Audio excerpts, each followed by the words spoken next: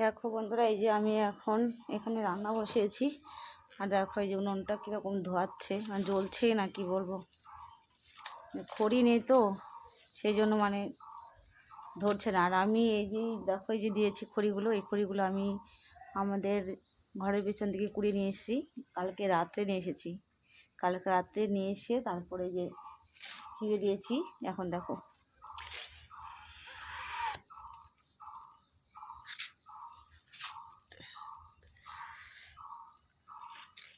খুব কষ্ট হচ্ছে, জানো তো, মানে এতটা কষ্ট হচ্ছে কি বলবো, বলে বোঝানোর মতো ভাষা নেই। মানে খুব কষ্ট হচ্ছে রান্না করতে। দেখো খালি ধরছে, দেখো ধরছেই না উনানটা।